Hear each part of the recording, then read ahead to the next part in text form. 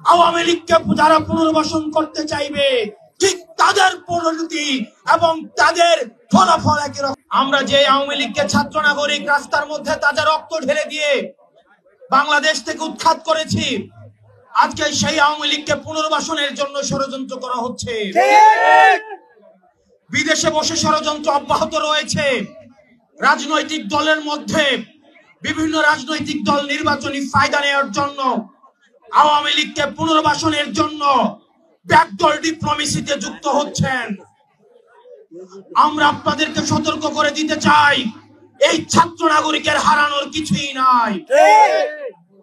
এক খাপে দুই তলোয়ার যেভাবে থাকতে পারে না, ঠিক একই ভাবে 5ই আগস্ট পরবর্তী সময়ে বাংলাদেশে আওয়ামী লীগ এবং এনসিপি থাকতে পারে না।